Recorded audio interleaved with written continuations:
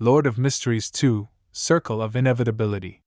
Chapter 104, Resolute Decision. Upon seeing Lumière's blatant shock, Guillaume Benet straightened up with satisfaction and said to Pons Benet, "Keep an eye on him." With that, the Padre strode towards the altar.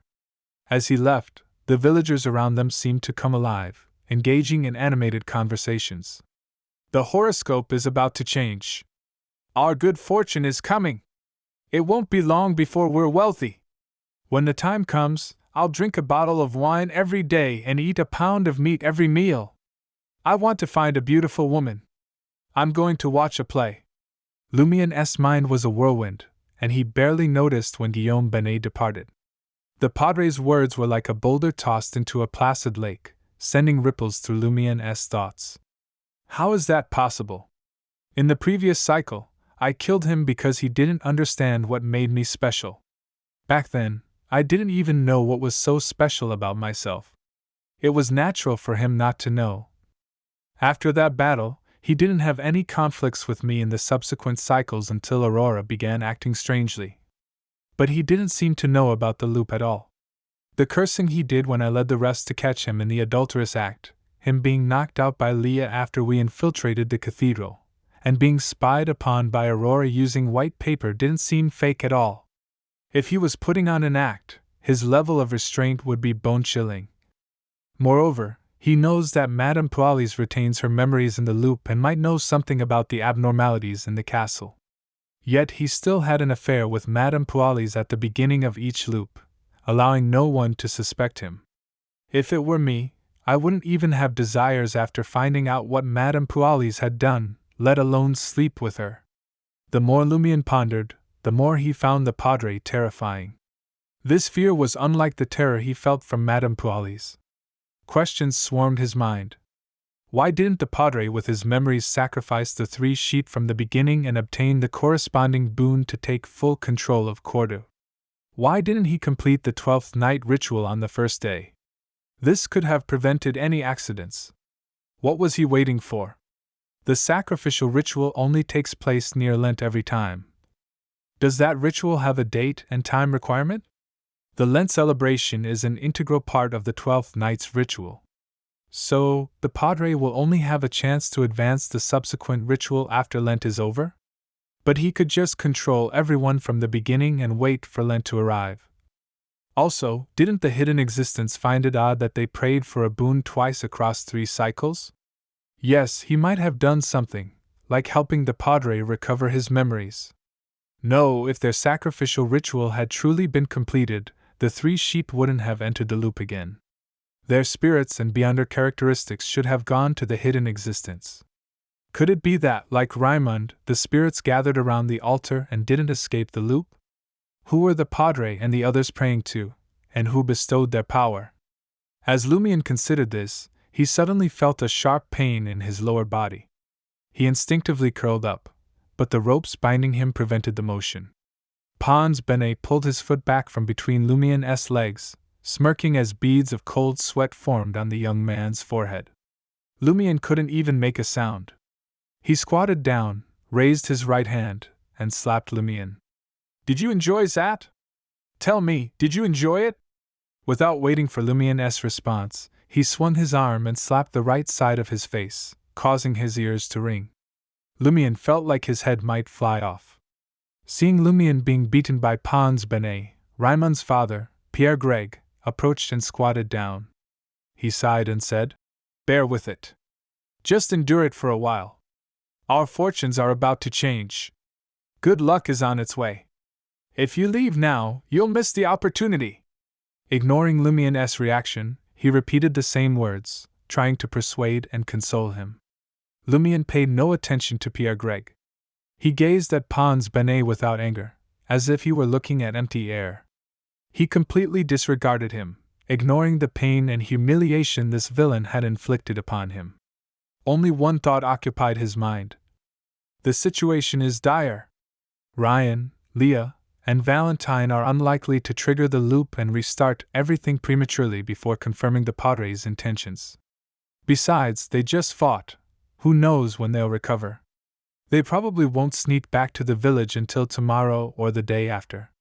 This way, no one can stop the padre from conducting the ritual in advance tonight. Slap, slap, slap. Pons Benet continued slapping Lumien's face and kicking his lower body, intensifying the pain he endured. Lumien's thoughts were repeatedly interrupted by pain as he stubbornly tried to focus, refusing to waste even a second on Pons Benet. This only infuriated Pons Benet further, causing him to strike even harder. My specialness has already been discovered and targeted. They won't give me a chance to disrupt the ritual. What should I do? What can I do? Lumien endured the pain and searched for a way to escape his current predicament. Pons grew tired from beating him up. He stopped and panted. If Z Padre hadn't forbidden me from killing you, I would have sliced off your flesh piece by piece, including what's down below. Hearing this, Lumien was taken aback as an idea flashed through his mind. Kill me? Kill me. He suddenly raised his head and glared at Pons Benet, his face contorted into a twisted smile born of pain. Is that all you've got? Are you using that pathetic little knife of yours to pick lice for me? He fully embraced his role as a Sequence 8 provoker. In the alpine meadow nearest to Cordu, Ryan, clad in tattered armor, stood guard at the entrance and asked Valentine and Leah, "How do you feel?" "I'm fine," Valentine responded immediately. Leah added, "My spirituality has almost recovered." Ryan nodded and dissolved the dawn armor. "After I rest and recover a bit, we'll return to Cordu." "Now?" Leah sounded surprised. They hadn't been gone from Cordu for long.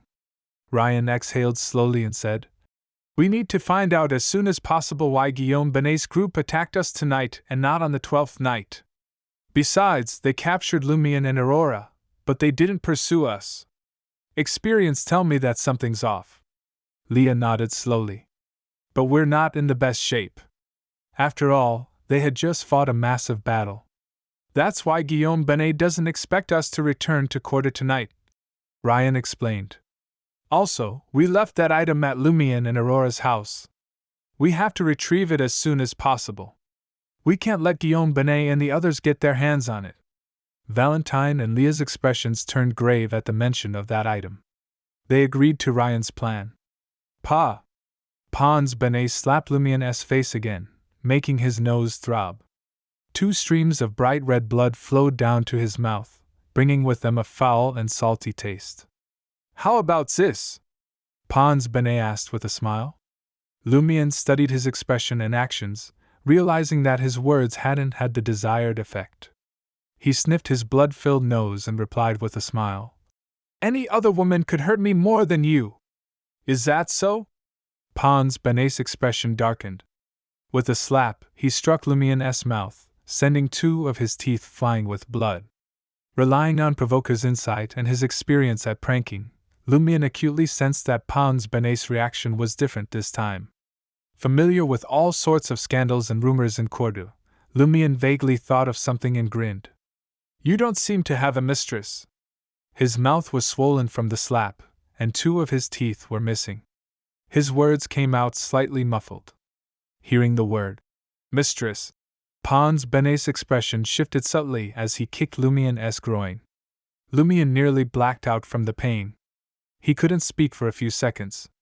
Forcing a smile, he said with a boisterous laugh, "And the Padre's mistresses are all over the village. Can't get it up?" Pons Benet's expression instantly darkened. Lumien knew he had guessed right. He endured the pain, his eyes narrowing.